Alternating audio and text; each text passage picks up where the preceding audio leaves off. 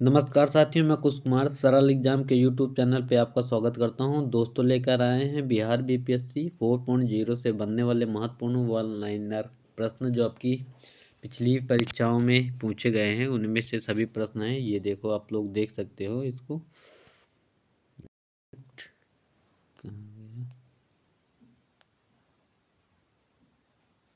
ये आप देख सकते हो।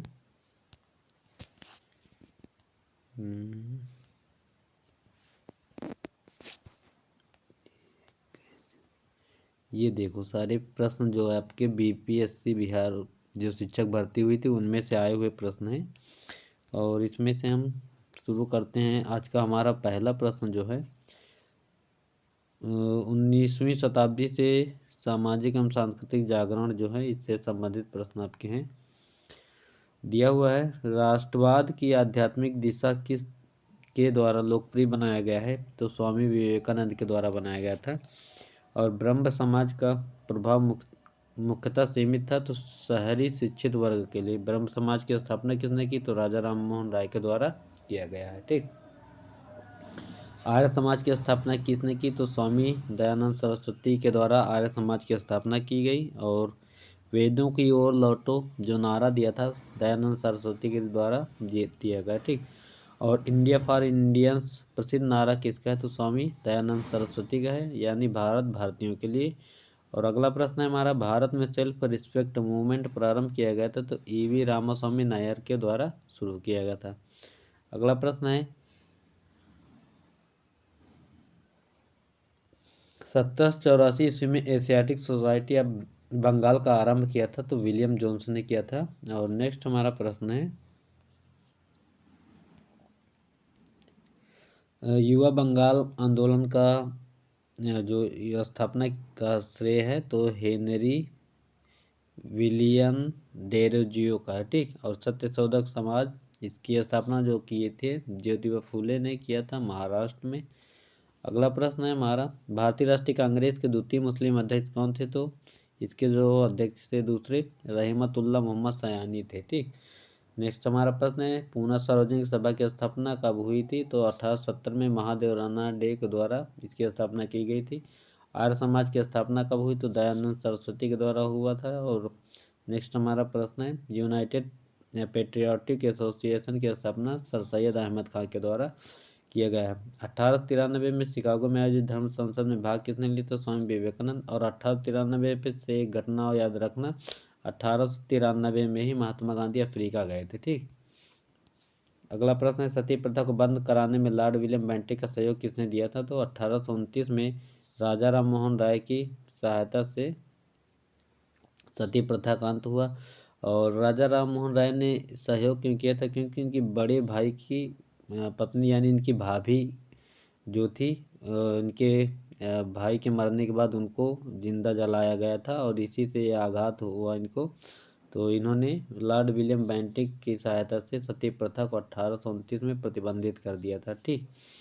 और आधुनिक जो महापुरुष राजा राम मोहन राय को जानते हैं। और सत्यार्थ प्रकाश जो है आर्य समाज से संबंधित है, दयानंद सरस्वती का है ये। और गैर ब्राह्मण घोषणा पत्र निर्गत किया गया था तो साउथ इंडियन लिबरल फेडरेशन ने। वह घटना जिसको राष्ट्रीय स्वतंत्रता के मुस्लिम युद्ध के रूप में जाना जाता है तो वहाबी आंदोलन को जाना जाता है। ठीक।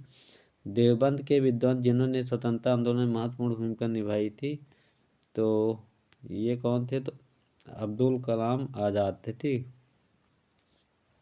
फराजी आंदोलन के विरोध में 1893 में ढाका में तायूनी आंदोलन चलाया गया तो जौनपुर के करामत अली ने।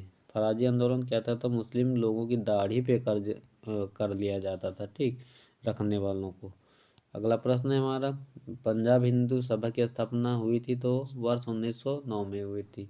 फराजी आंदोलन की शुरुआत की थी हाजी शरियतुल्लाह ने किया था। यही है दाढ़ी वाला, ये है फराजी। ठीक। और दक्कन एजुकेशन सोसाइटी की स्थापना किसने किया? तो बाल गंगाधर तिलक के द्वारा किया गया। वेदों की ओर लौटो अभी हम बताए थे दयानंद सरस्वती का है ये।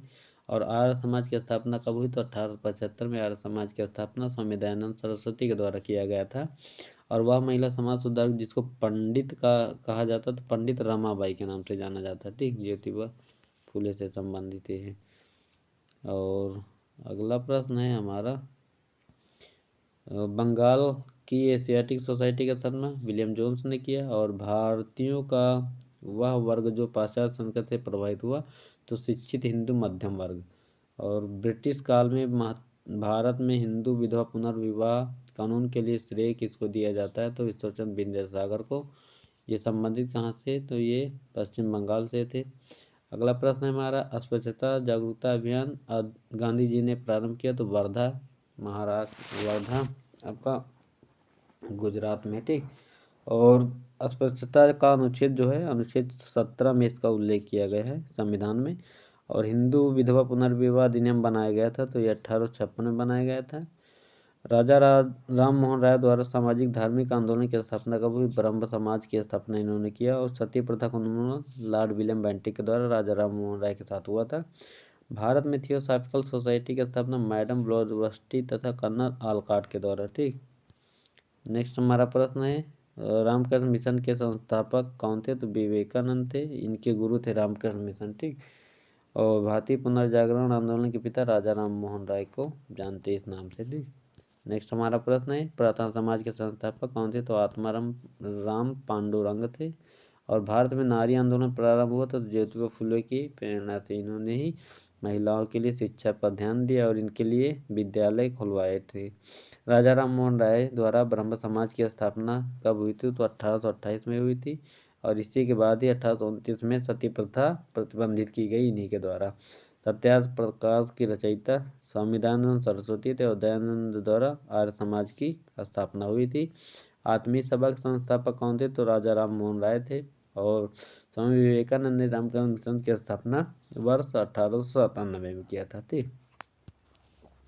नेक्स्ट हमारा प्रश्न है, 19वीं शताब्दी के उत्तरार्ध में नव हिंदूवाद के सर्वश्रेष्ठ प्रतिनिधि थे स्वामी विवेकानंद।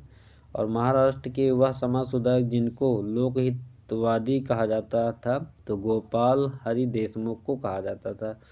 और भारत में सती प्रथा प्रतिषेध कानून पास हुआ, तो अभी हम बता चुके हैं, वर्ष 1829 में राजा राम मोहन राय और विलियम बेंटिक की सहायता से हुआ था। नेक्स्ट हमारा प्रश्न है, भारत में सती प्रथा, ये बता चुके हैं। और स्वामी दयानंद सरस्वती का निधन कब हुआ, तो ये फिलहाल हुआ था इनका गुजरात में हुआ था।